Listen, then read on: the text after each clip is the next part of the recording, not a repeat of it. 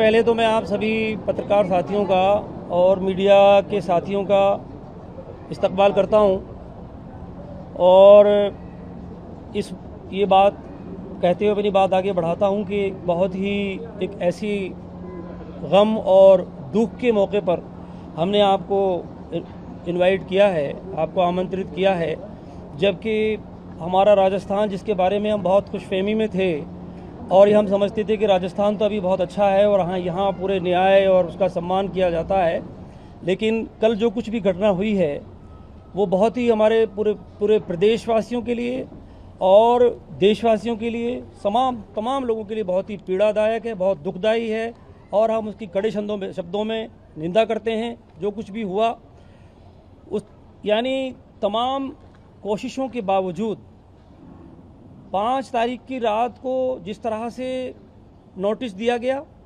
रात को, ताकि सैटरडे और संडे को कोई कानूनी प्रक्रिया ना की जा सके, उससे पहले भी मुलाकातें वगैरह बातचीत होती रही, लेकिन जितना जहां मिला जा सकता है, जेडीए में मिला जा सकता है, पुलिस अधिकारियों से बात की गई और भी जो प्रयास हो सकते थे, हाईकोर्ट भी पहुंचने की कोशिश भी की गई, लेकिन इतना समय ही नहीं दिया गया कि आप कोई ठीक तरह से कोई कानूनी प्रक्रिया को अपना सकें। और दूसरी बात वो ये कि 1 तारीख को ही वक्फ ट्रिब्यूनल में एप्लीकेशन दायर की हुई है, फाइल लगाई हुई है, 10 तारीख दी हुई है, ये सब कुछ मालूम होने के बावजूद भी उसका भी इंतज़ार नहीं किया गया। कोई जो अधिकारियों से और जिनसे मुलाकात की गई उन्होंने किसी बात को सुनने के लिए तैयार वो नहीं हुए। 1 दिन, 2 दिन और 5 दिन का समय भी देने को वो तैयार नहीं हुए और उनको जो करना था, उनका जो मंसूबा था, किस तरह से दिन के उजाले में कल सुबह मस्जिद जो 45 साल पुरानी मस्जिद थी, उस मस्जिद को शहीद कर दिया गया। ये बहुत ही दुख की बात है, ये न्याय का गला घोटा गया है। मैं एक बात कहना चाहता हूँ आपसे, 1-2 बातें कहकर मैं आगे बढ़ाऊँगा अपनी बातों को। एक बात तो मैं आपसे ये अर्ज करना चाहता हूँ, एक बात ये बार बार कही जा रही है, एक भ्रामक ये कहिए और इस तरह की बात फैलाई जा रही है कि साहब वो कब्जा किया हुआ अवैध और इस तरह के उसको ध्वस्त किया गया, ऐसी इबादत गाहों को और उनको ध्वस्त किया गया जो अवैध और कब्जा किए हुए थे, जबकि सच्चाई है, सच्चाई बताएंगे। कमेटी के सदर यहाँ मौजूद हैं, भी सदर साहब कमेटी के मौजूद हैं। ज़मीन खरीदी गई, उसको वक्फ किया गया, उसको वक्फ बोर्ड में दर्ज कराया गया। 1994 में जेडीए में एप्लीकेशन लगाई गई, पैसे जमा कराए गए कि आप इसको हमें नियमन कर दीजिए और उसके लिए सारी कोशिशें की जाती रही। और अब ये कहा यह जा रहा है कि साहब वो किया हुआ है आपने उसको अवैध और आपने उस पर वो क्या बोलते हैं उसको कि अतिक्रमण करके बनाया गया है। ये भ्रामक प्रचार पूरे देश में फैलाया जा रहा है, ये गलत बात है। खरीदी हुई ज़मीन पर कोई अतिक्रमण नहीं था। उस वक्त में सोसाइटी का जो 30 फीट का जो रास्ता था, उस रास्ते को छोड़ करके मस्जिद बनाई हुई थी। एक तरफ कोने पर 40 फीट है, दूसरी तरफ 30 फीट है, तो वो सब छोड़ करके बनाई हुई थी और ये बात प्रचारित और प्रसारित की जा रही है, बहुत ही गलत है। दूसरी बात हम ये कहना चाहते हैं, मस्जिद ही नहीं, मस्जिद के साथ तो जो कुछ आपने किया है भजन लाल जी की सरकार ने, वो देखा कि पूरी दुनिया में, पूरे देश में क्या कुछ हो रहा है, हम थोड़ा पीछे रह रहे हैं, सब कानून और सारी चीज़ें बालाए ताक रख करके।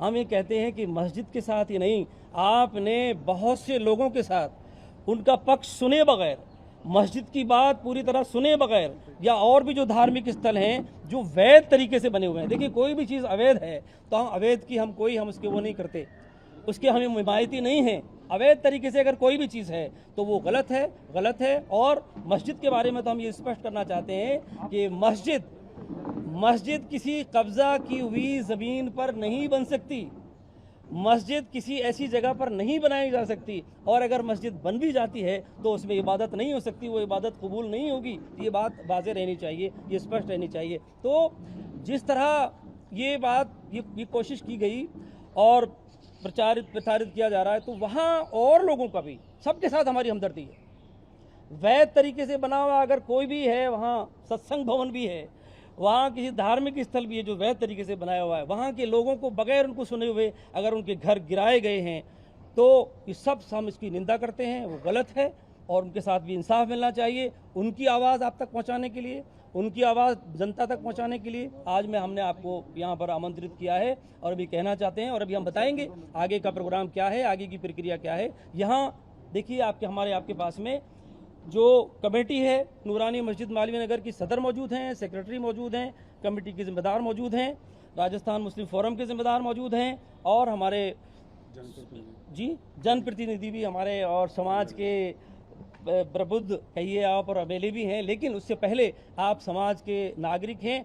हर जुल्म के खिलाफ और इंसाफ के लिए, न्याय के लिए आप जहाँ भी ज़रूरत होती है, कोई भेदभाव नहीं, कोई पक्षपात, कोई का रवैया नहीं होता, बल्कि किसी के साथ भी अगर अन्याय हो तो आप लोगों की आवाज़ भी उठती है। और लोग भी हैं, मैं नहीं कह रहा, और लोग भी हैं जो अच्छा न्याय के साथ में आवाज़ उठाते हैं। तो आप अभी भी हमारे और इस मामले में भी आपने बहुत काम किए हैं, तो मैं अपनी बात को तो मुकम्मल करता हूँ यही बात कहते हुए कि आपका सहयोग भी रहेगा, जनता का सहयोग भी चाहिए, तमाम लोगों का सहयोग भी चाहिए। आगे के प्रोग्राम हम भी ऐलान करेंगे, आखिर में अनाउंसमेंट करेंगे। हम सब मिल करके इंसाफ के लिए आवाज़ उठाएंगे। और ये बात कहते हुए मैं बात ख़त्म करूँगा अपनी। सदर साहब कहेंगे ख़ास तौर पर, तो इनका हक़ ज़्यादा बनता है, लेकिन इनके हक़ के साथ साथ ये भी हम कहना चाहते हैं सरकार को, ये सिर्फ मालवीय नगर के आस वहाँ रहने वाले लोगों की मस्जिद नहीं है। मस्जिद है, जब एक बार जो मस्जिद बन जाती है तो वो मस्जिद ही है, वो अल्लाह का घर है, पूरे शहरवासियों का और उसका सबका हक है उस पर, तो वो एक इबादत गाह है। तो वो ये नहीं है कि सिर्फ कमेटी तो है ही, कमेटी तो पैरवी करेगी, हम सब उसकी पैरवी करेंगे और हम सब इसके लिए प्रयास करेंगे।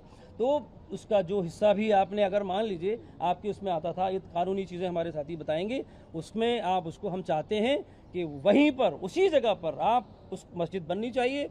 दोबारा से मस्जिद हम बनाएंगे, आप हमको हमारी जगह हमको दे दीजिए, हमें कोई भीख आपसे नहीं चाहिए। तो यही बात कहने के लिए और सारी सूचनाएं और सारी बातें आपको बताने के लिए हमने आपको तकलीफ़ दी है। अब मैं बता देता हूं आपको, देखिए हमारे अब 1 मिनट अभी सवाल आप मत दीजिए। कमेटी के सदर अभी कमेटी के सदर साहब बता देंगे तो और बात क्लियर हो जाएगी।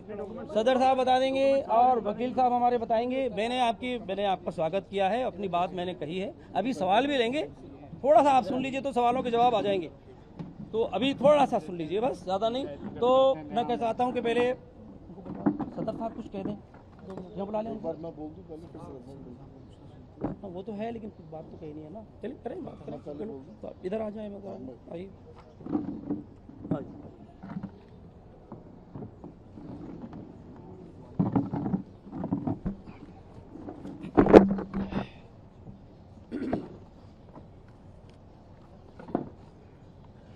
शुरू करें? जी बोलिए।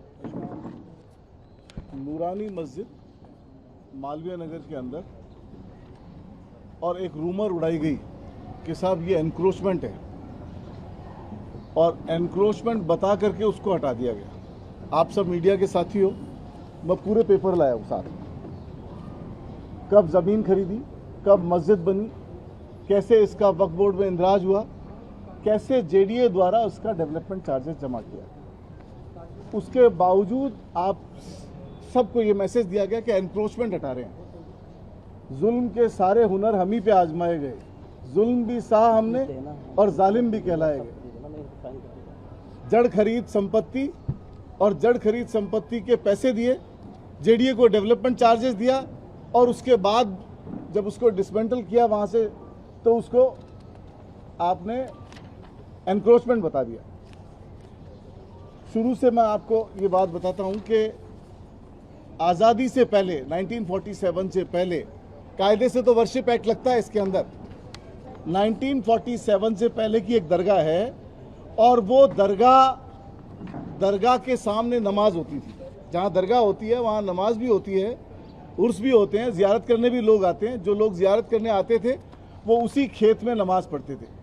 खेत के अंदर दरगाह थी, और गंगा जमनी तहजीब की मिसाल है। ये तो हिंदू मुसलमान कर रहे हैं। हम खाली मस्जिद की बात नहीं कर रहे हैं, हम सत्संग भवन की बात भी कर रहे हैं, हम मंदिर की बात भी कर रहे हैं।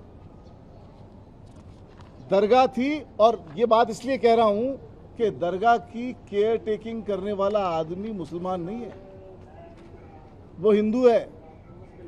तो हिंदू मुसलमान कहाँ हैं बीच में? जिस आदमी के खेत में दरगाह थी, जो आदमी आज़ादी से लेकर के जिस वक्त से दरगाह बनी तब से लेकर के और अब तक, आज दिन तक वही परिवार उसकी केयर टेकिंग करते आ रहा है, वही परिवार उसकी खिदमत करता आ रहा है, वही परिवार वहां पर दिया बत्ती करता आ रहा है।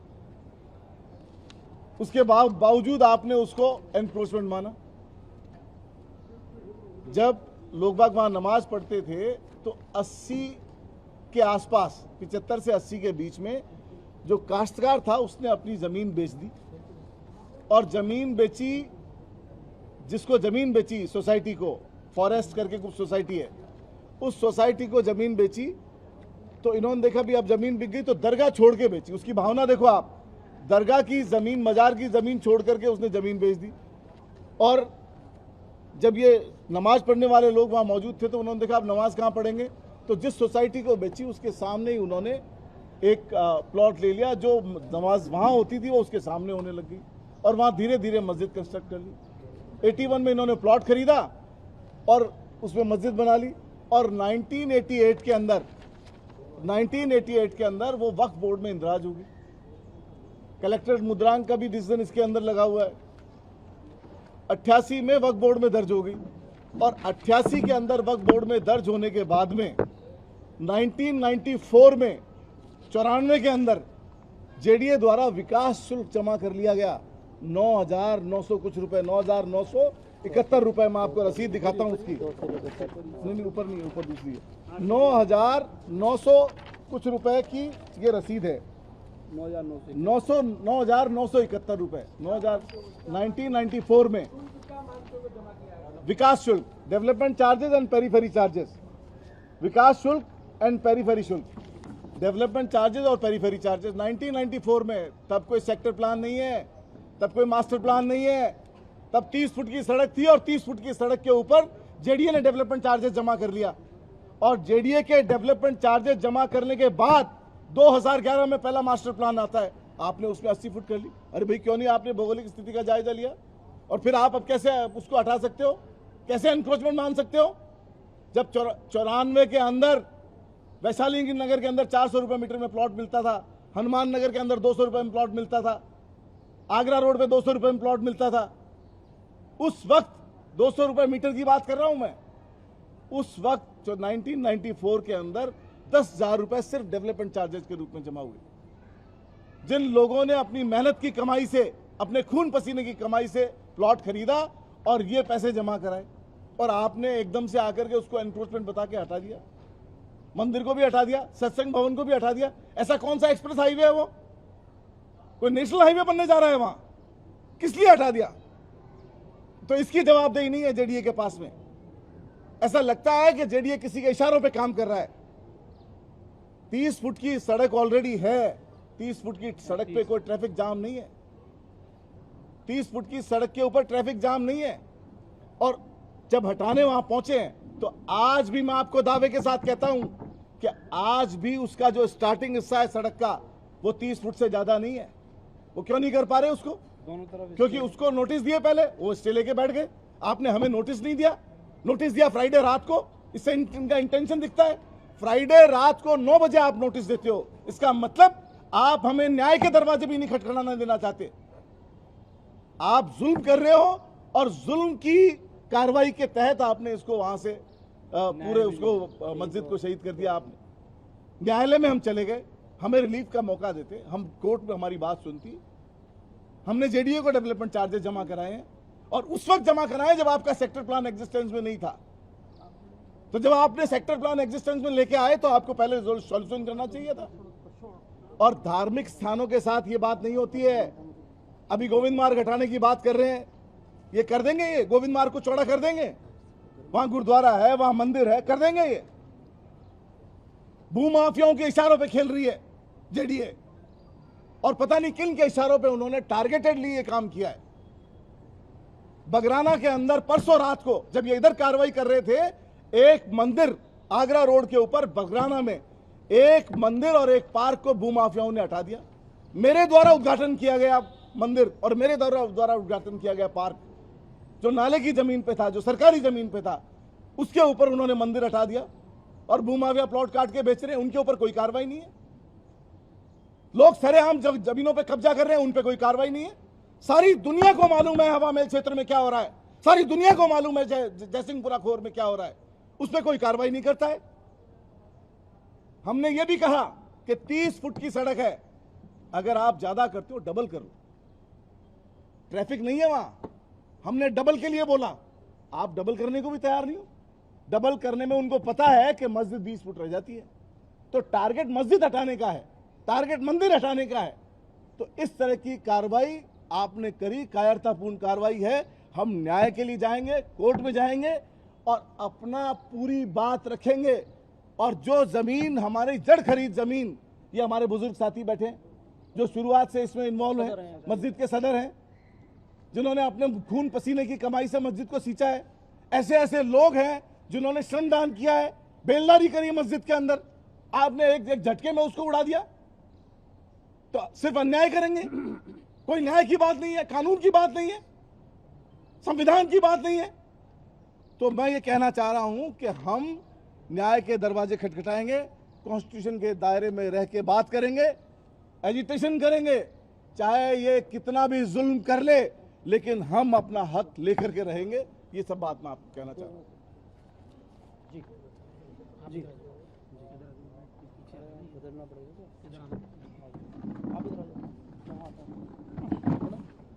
आदत भाई आओ, मैं तो 2 ही मिनट बोलूँगा। हाँ, भाई ने ब्रीफ कर दिया, ज़्यादा ब्रीफ करने की आवश्यकता भी नहीं है। आप लोग तो सारे वहीं थे, अभी वहीं से आए। देखिए, सबसे पहले तो मेरे मीडिया के साथियों का सबका ये वाला